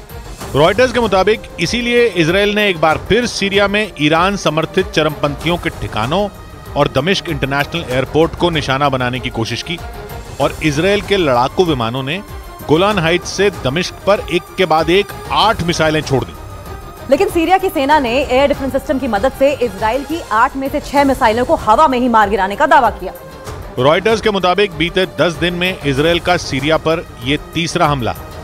इससे पहले 2 दिसंबर को इजरायली सेना ने दमिश्क के करीब हवाई हमले में हिजबुल्लाह के 2 लड़ाकों को मार गिराया था, जबकि 4 रोज पहले भी इजरायल ने वहां हिजबुल्लाह को बड़ी चोट पहुंचाने का दावा किया था। उधर चीन के उत्तरी इलाकों में जारी भारी बर्फबारी की वजह से वहां लोगों पर मुसीबतों का पहाड़ टूट पड़ा। बर्फ ने वहां रेलगाड़ियों के पहिए रोक दिए। 24 घंटे में ही वहां इतनी ज्यादा बर्फ पड़ी कि स्कूलों तक पर ताले लग गए। हांगकांग के अखबार साउथ चाइना मॉर्निंग पोस्ट के मुताबिक भारी बर्फबारी की वजह से वहां तापमान 0 से कई डिग्री नीचे चला गया। और चीन की राजधानी बीजिंग समेत उसके उत्तरी इलाकों पर ऐसा कोल्ड अटैक हुआ कि घर से लेकर बाजार तक और सड़क से लेकर रेलवे स्टेशन तक सब बर्फ में ढक गए। साउथ चाइना मॉर्निंग पोस्ट के मुताबिक चीन के हेनान प्रांत में 24 घंटे के अंदर करीब 10 मिलीमीटर तक बर्फ गिरी, जिसकी वजह से वहां लोग कड़ाके की ठंड का सामना करने को मजबूर हो गए। वहां से आई तस्वीरों में शहर की सड़कों पर बर्फ की सफेद मोटी चादर बिछी नजर आई, जिसकी वजह से वहां गाड़ियों की रफ्तार पर ब्रेक लग गया। हालांकि इस दौरान कुछ लोगों ने सड़कों पर गाड़ियां उतारने की हिम्मत दिखाई, लेकिन बर्फ की वजह से उनकी गाड़ियां रास्तों पर ही फिसलती दिखाई दी। और उत्तरी चीन के लगभग हर शहर पर बर्फबारी का ऐसा ही सितम नजर आया। भारी बर्फबारी की वजह से वहां हालात इतने ज्यादा बिगड़ गए कि सैकड़ों ट्रेनों को रद्द कर दिया गया। और बर्फ की वजह से उत्तरी चीन के कई हिस्सों में स्कूलों तक को बंद करने की नौबत आ गई। इतना ही नहीं, विजिबिलिटी कम होने की वजह से बड़े पैमाने पर विमानों की उड़ान पर भी रोक लगा दी गई। चीन के शेंडोंग प्रांत में मौजूद एयरपोर्ट से आई तस्वीरों में एयरपोर्ट के कर्मचारी एक विमान के पंखों पर जमी बर्फ को हटाते नजर आए। साउथ चाइना मॉर्निंग पोस्ट के मुताबिक आसमान से गिर रही सफेद बर्फ चीन की राजधानी बीजिंग समेत हेनान, शेंडोंग और शांसी प्रांत के लोगों के लिए आफत बन गई है। और भारी बर्फबारी के बीच हाड़ कपा देने वाली ठंड की वजह से लोग घरों में कैद होने को मजबूर हो गए। हालांकि सड़कों पर जमी बर्फ को हटाने का काम भी जोरों पर चल रहा है, लेकिन साउथ चाइना मॉर्निंग पोस्ट के मुताबिक भारी बर्फबारी की वजह से उत्तरी चीन में करीब 140 हाईवे बंद कर दिए गए और 200 से ज्यादा ट्रेनें रद्द कर दी गई।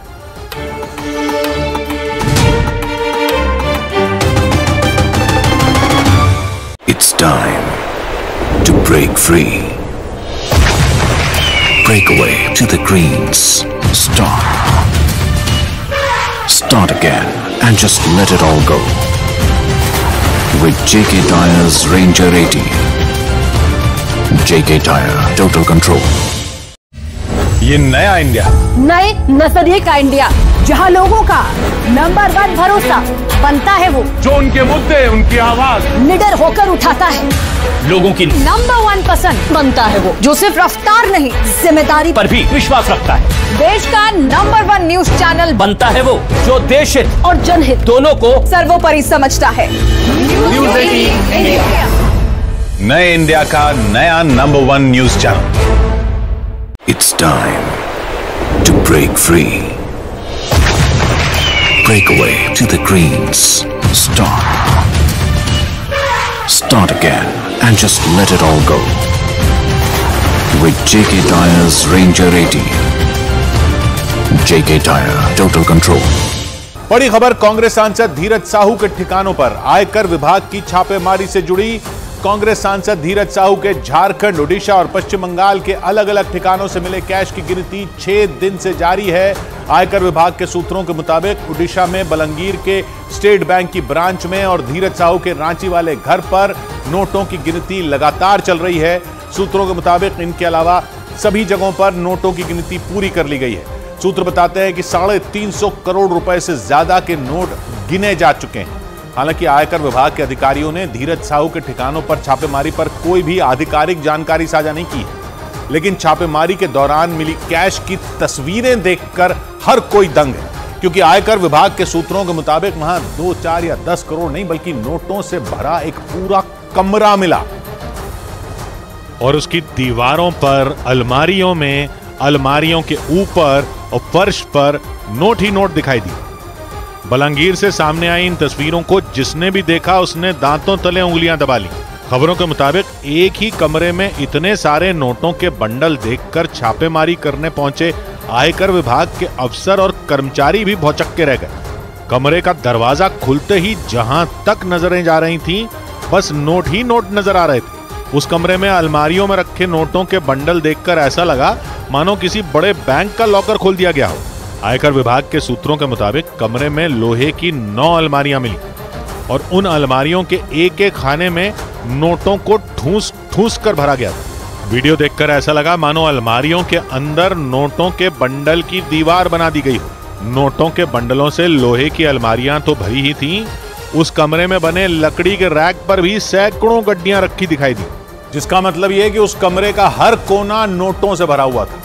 आयकर विभाग के सूत्रों के मुताबिक छापेमारी करने गई टीम जैसे जैसे उस कमरे में आगे बढ़ रही थी, हर कदम पर कैश मिलता जा रहा था। उस कमरे से मिले नोटों को गिनने के लिए आयकर विभाग की टीम को नोट गिनने वाली कई मशीनें मंगवानी पड़ी, क्योंकि वहां इतने नोट मिले कि हाथों से उनकी गिनती करना संभव नहीं था। नोटों से भरे उस कमरे में अलमारियों में दिख रही रकम के अलावा कई बैग भी दिखाई दिए और उनमें नोटों के बंडलों को ऊपर तक भरकर रखा गया था।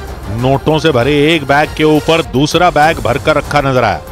सूत्रों के मुताबिक आयकर विभाग की टीम ने ही उस कमरे में अलमारियों के बाहर रखे गए नोटों की गड्डियों को बैगों में भर दिया था। कैश से भरे उस कमरे के अंदर 500-500 के नोटों की गड्डियां तो थी ही, 100 और 200 के भी सैकड़ों बंडल मिले और उनकी गिनती के लिए नोट गिनने वाली मशीनों को लगाना पड़ा। खबर तो ये आई कि इतने सारे नोट गिनते गिनते 2 मशीनें बंद तक हो गई थी। उन्हें बाद में वहां से हटा दिया गया, क्योंकि आयकर विभाग के सूत्रों के मुताबिक इससे पहले आज तक देश में इतना कैश छापेमारी में कभी मिला ही नहीं था। आयकर विभाग के सूत्रों के मुताबिक 3 राज्यों के 9 ठिकानों पर छापेमारी में 350 करोड़ से ज्यादा कैश मिला। नोटों को गिनते समय मशीनों में आई परेशानी को तुरंत ठीक करने के लिए इंजीनियरों की एक टीम भी वहां तैनात कर दी गई। और सूत्रों के मुताबिक उस कमरे में मिले नोटों के अंबार को गिनने के लिए कई बैंकों से नोट गिनने वाली मशीनें मंगवानी पड़ी। ओडिशा के बलांगीर में इस कमरे में नोटों के बंडलों को देखने के बाद अंदाजा लगाया जा रहा है कि 200 करोड़ से ज्यादा की रकम तो यहीं जमा करके रखी गई थी, क्योंकि 500 के नोटों की एक गड्डी में 50,000 की रकम होती है और 500 की 2 गड्डियों को मिलाकर यह रकम 1 लाख हो जाती है। ऐसे में अंदाजा लगाया जा रहा है कि उस कमरे में 500 की करीब 20,000 गड्डियां मौजूद थी।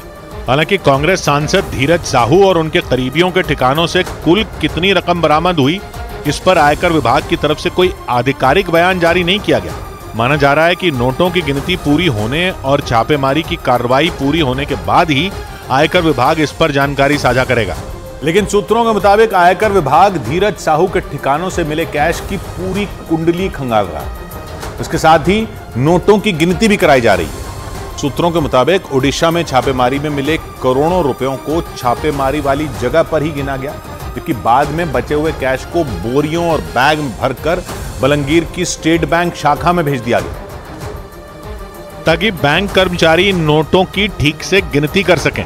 ओडिशा के बलंगीर से सामने आए एक वीडियो में कड़ी सुरक्षा के बीच बैंक कर्मचारी छापेमारी में मिले कैश को बैगों और लोहे के बड़े बड़े बक्सों में भरकर बैंक ले जाते दिखे। इसके बाद बैंक के अंदर 3 बैंकों के 50 कर्मचारियों को 40 मशीनों के साथ नोट गिनने में लगा दिया गया। बैंक के अंदर इतनी बड़ी मात्रा में कैश देखकर हर कोई दंग था। नोट गिनने के लिए लगाए गए कर्मचारियों की आंखें भी फटी की फटी रह गईं। बैंक के अंदर बड़े से हॉल में टेबल के ऊपर चारों तरफ बस नोटों के बंडल ही नजर आए।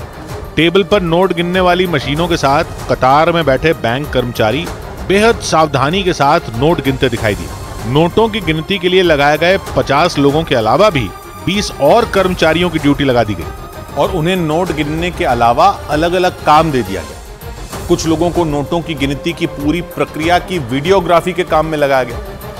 आयकर विभाग के सूत्रों के मुताबिक छापेमारी के दौरान कोई भी एक्शन बिना वीडियो रिकॉर्डिंग के पूरा नहीं किया गया। यानी आयकर विभाग की टीम ने छापेमारी के दौरान पूरी सावधानी बरती। आयकर विभाग के सूत्रों के मुताबिक ज्यादातर नकदी ओडिशा में धीरज साहू के भाई की कंपनी बौद्ध डिस्टिलरी प्राइवेट लिमिटेड के परिसर से बरामद की गई। सूत्रों के मुताबिक आयकर विभाग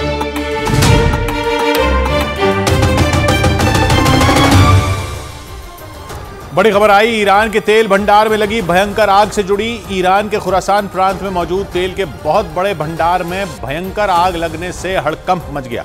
यह आग इतनी भयानक थी कि उसकी लपटें कई किलोमीटर दूर से भी देखी गई।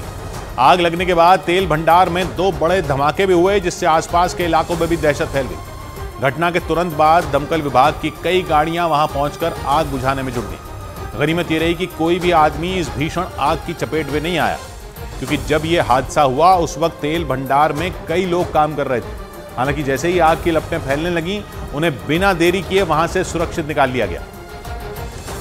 और जैसे ही उस तेल भंडार से लोगों को निकाला गया, वहां एक के बाद एक 2 भयंकर धमाके हुए। इन धमाकों से आग की लपटें और भड़क गई। इसके बाद तो वहां आसमान में आग का इतना बड़ा गोला बन गया कि उसे देखकर दूर खड़े लोगों की भी सांसें अटक गईं। देखते ही देखते आग ने और भी विकराल रूप ले लिया। उसकी लपटें आसमान में कई फीट ऊपर उड़ गई। इतनी भयानक आग का अंदाजा वहां किसी को भी नहीं था। दमकल के कई कर्मचारी जो आग बुझाने वहां पहुंचे थे, उन्हें भी कुछ देर के लिए रोक दिया गया, क्योंकि तेल भंडार में धमाके होने से फायर ब्रिगेड के कर्मचारियों के भी झुलसने का डर था। इस वजह से आग बुझाने के काम में देरी हुई और तब तक लपटें पूरे तेल भंडार में फैल गई। ये हादसा ईरान के पूर्वी हिस्से में मौजूद खुरासान प्रांत में हुआ, जो स्पेशल इकोनॉमिक जोन में आता है, और वहाँ तेल भंडार के अलावा कई दूसरी फैक्ट्रियां भी हैं। हालांकि जैसे ही धमाके होने बंद हुए, दमकल कर्मचारियों ने आग बुझाना शुरू कर दिया। उन्होंने कई घंटों की मेहनत के बाद आग को पूरी तरह बुझा दिया, लेकिन तब तक वहां भारी नुकसान हो चुका था। ईरान के मीडिया के मुताबिक आग बुझने तक करीब 15 लाख लीटर तेल जल गया।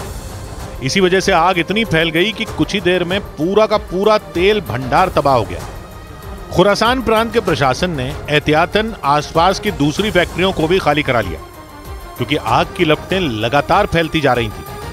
धुएं का घना गुबार पूरे इलाके में फैल रहा था। इस बड़े खतरे को देखते हुए तेल भंडार के नजदीक बनी फैक्ट्रियों के कई कर्मचारियों को निकालकर सुरक्षित जगहों पर भेज दिया गया।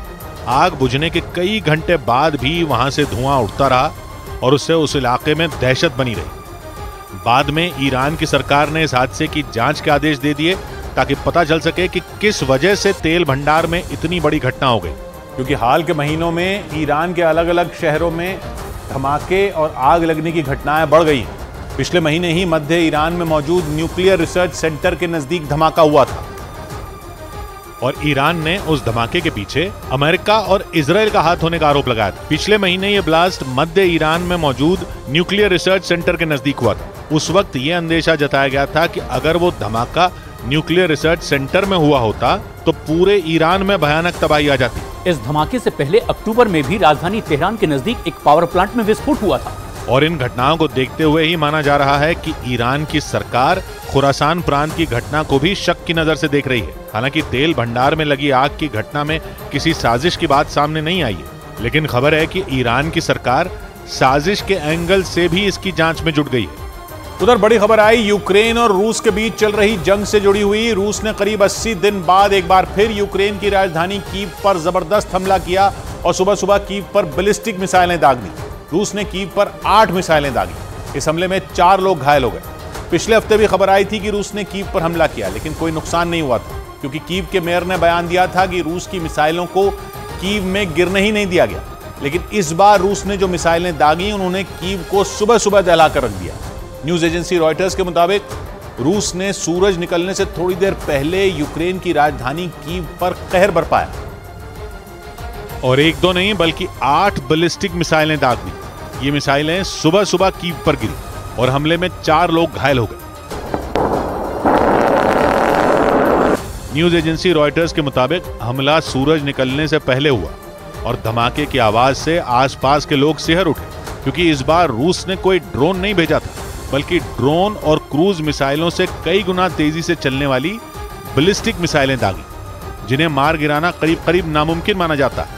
और अगर हमला अंधेरे में हुआ हो तो फिर तो इनसे लड़ना और मुश्किल हो जाता है। कीव में भी वही हुआ और रूस ने करीब 80 दिन बाद कीव को पिछले साल हुए उन खतरनाक हमलों की याद दिला दी, जिन्होंने कीव की सड़कों पर आम लोगों का चलना मुश्किल कर दिया था। और एक बार फिर रूस अपने पुराने तेवरों में लौटा है, क्योंकि उसने बैलिस्टिक मिसाइलें दागकर कीव को याद दिला दिया कि सर्दियां आ चुकी हैं और सर्दियों में यूक्रेन के लिए रूस से लड़ना आसान नहीं होगा, क्योंकि यूक्रेन में बर्फ पड़ रही है और जिस इलाके में रूस ने बैलिस्टिक मिसाइलें दागी वहां भी बर्फबारी हुई थी और सड़क के बीचों बीच बड़ा सा गड्ढा बन गया था और उस पूरे हिस्से को अलग कर दिया गया था और यूक्रेन के सैनिक गड्ढे में जांच कर रहे थे। कीव के इस हिस्से में मिसाइलें गिरने के बाद जबरदस्त धमाका हुआ था। कुछ घरों के तो शीशे टूटे दिखे, जबकि एक घर की तो छत ही टूट गई थी।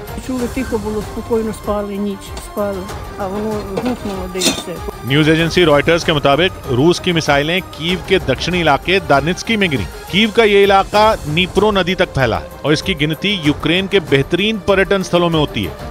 लेकिन रूस के हमले ने कीव के दानित्स्की इलाके की सूरत ही बिगाड़ कर रखी, क्योंकि यहां पर इजराइल की बैलिस्टिक मिसाइलें गिरी और हमले में कुछ लोग घायल भी हुए। और इस हमले ने एक बार फिर कीव के लिए खतरे की घंटी बजा दी, क्योंकि सर्दियां शुरू हो चुकी हैं और यूक्रेन जंग की दूसरी सर्दी ने जेलेंस्की को पहले ही डरा कर रखा हुआ है।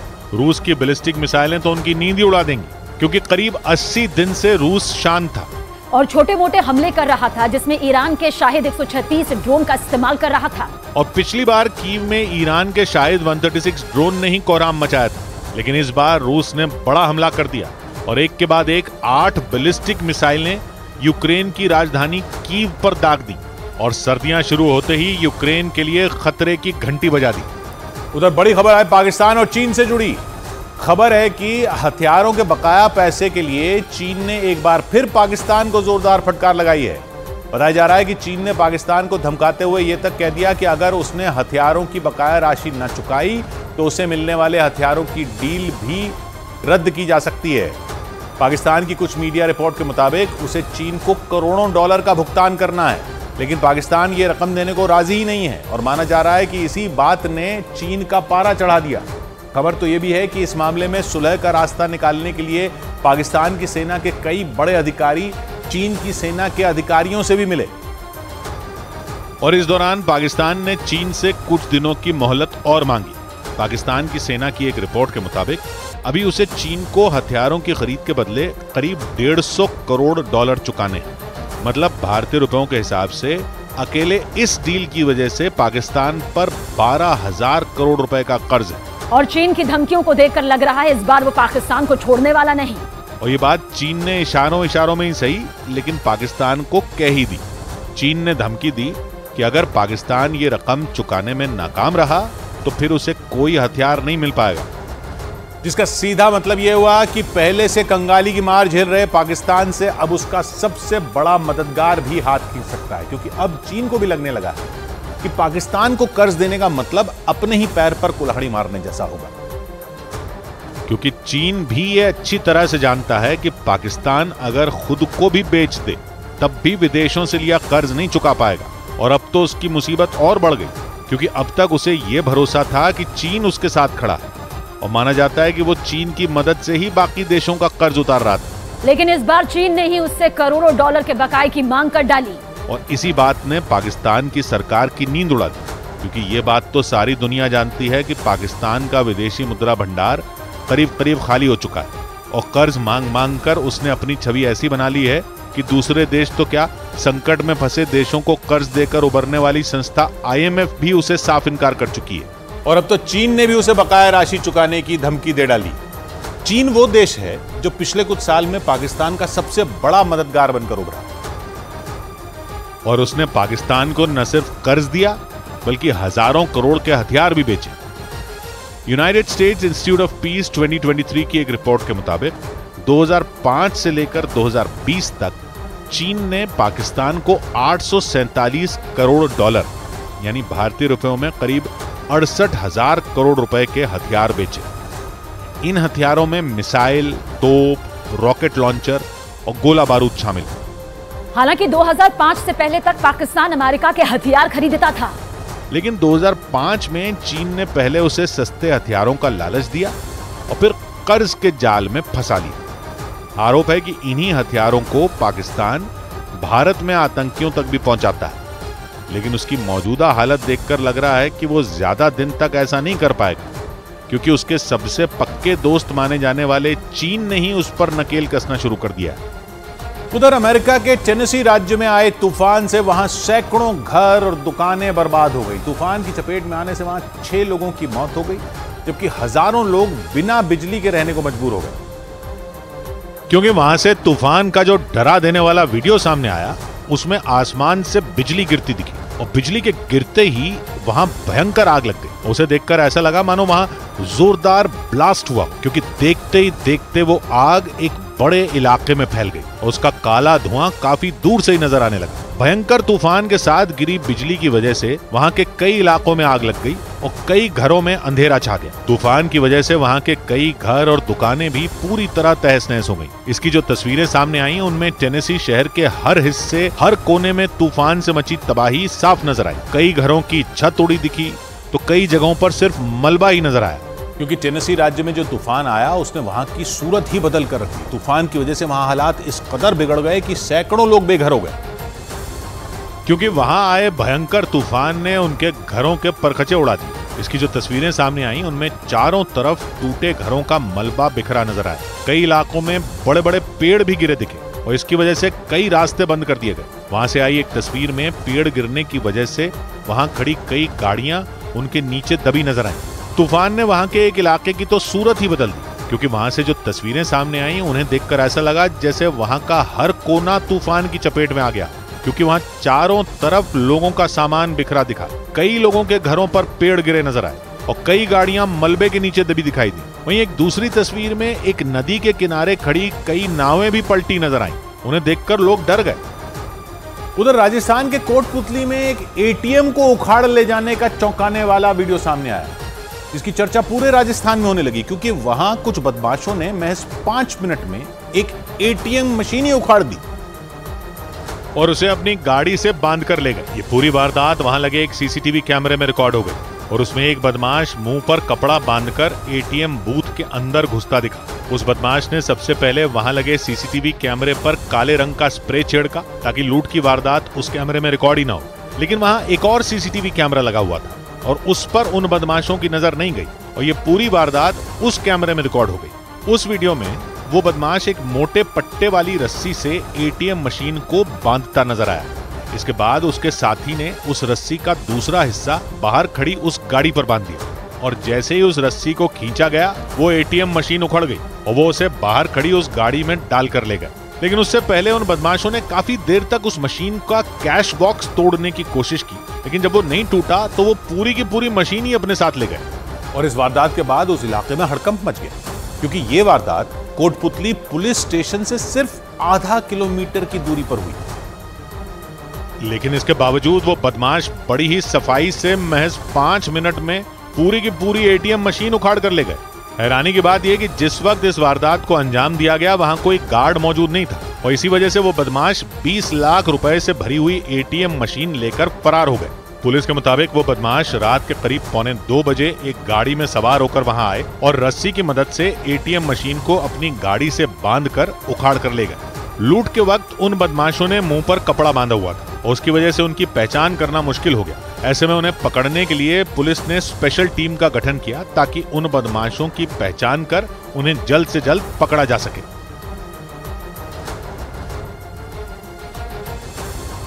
और इसके बाद शेयर बाजार में आज बहुत कुछ हुआ। शेयर बाजार में आज नए रिकॉर्ड बने, क्योंकि शेयर बाजार आज दिन में 21,000 को, सेंसेक्स जो है माफ कीजिएगा, वो 70,000 को पार कर गया और निफ्टी 21,000 को पार कर गया। इतना बड़ा आज बढ़त देखने को मिली आज शेयर बाजार में। और सबसे ज्यादा तेजी एफएमसीजी, पावर, मेटल और कैपिटल गुड सेक्टर के शेयरों में देखने को मिली। फार्मा को छोड़कर बाकी सभी सेक्टर के शेयर हरे निशान पर बंद हुए, जिससे बॉम्बे स्टॉक एक्सचेंज का सेंसेक्स 102 अंक चढ़कर 69,928 पर बंद हुआ, जबकि निफ्टी 27 अंकों के उछाल के साथ 20,997 के स्तर पर पहुंच गया। और शेयर बाजार की खबर तो आपको कई जगह मिल जाएगी, लेकिन शेयर बाजार का एक्सपर्ट आपको बनाएगा सिर्फ मनी कंट्रोल प्रो। और बॉम्बे स्टॉक एक्सचेंज का सेंसेक्स पिछले 6 कारोबारी दिनों में सीधा 2,500 अंक उठ गया। तो ये ऐसे ही हवा में नहीं हुआ, इसके पीछे वजह है। आप कहेंगे कि बीजेपी चुनाव जीत गई, वही होगा, तो हां वो भी है, लेकिन दुनिया में और भी बहुत कुछ चल रहा है जो समझना जरूरी है। तो चलिए 3 बड़ी वजह समझते हैं इसकी। दिन में निफ्टी 21,000 छू गया, सेंसेक्स 70,000 के पार चला गया, ये पहली बार हुआ। और 6 कारोबारी दिन पहले सेंसेक्स 67,500 के आसपास था। तो पिछले 6 दिन में ऐसा क्या हो गया, ये 2,500 अंक ऊपर चला गया। 3 वजह दिख रही हैं। पहली, अमेरिका का जो रिजर्व बैंक है, फेडरल रिजर्व, वो पिछले कुछ समय से संकेत दे रहा था कि वहां ब्याज दरें बढ़ेंगी। अब क्या हुआ है कि वहां ये संकेत मिल रहे हैं कि वहां ब्याज दरें बढ़ेंगी नहीं, उल्टा घट सकती हैं। अब आप कहोगे इसका सेंसेक्स से क्या मतलब? वो ऐसा होता है कि जब वहां ब्याज दर नहीं बढ़ेगी तो वहां रखा पैसा, जो बड़ी बड़ी निवेश करने वाली कंपनियां होती हैं, वो वहां से पैसा निकाल कर दूसरे देशों में लगाती हैं और उसमें भारत का शेयर बाजार बढ़िया चल रहा है, तो यहां भी उनके डॉलर आना शुरू हो जाते हैं। तो ये तो हो गया पहला कारण। दूसरा ये कि हाल में जो रुपया कमजोर हुआ वो भी वजह है कि बाजार चढ़ रहा है। वो ऐसे क्योंकि विदेशी निवेशकों को उतने ही डॉलरों में अब पहले से ज्यादा शेयर मिल रहे हैं, क्योंकि अब डॉलर 83 रुपए के भी पार चला गया है। तो पहले वो $1 लगाते थे तो 80 रुपए के शेयर मिलते थे, अब 83 रुपए के शेयर मिल रहे हैं। पड़े पड़े ही विदेशी निवेशकों, यानी वहां की बड़ी बड़ी निवेश करने वाली कंपनियों के शेयर बढ़ते जा रहे हैं। तो वो और पैसा लगा रहे हैं भारत के शेयर बाजार में और बाजार और बढ़ता जा रहा है। तीसरी वजह तो आप समझते ही हैं, बीजेपी की जीत।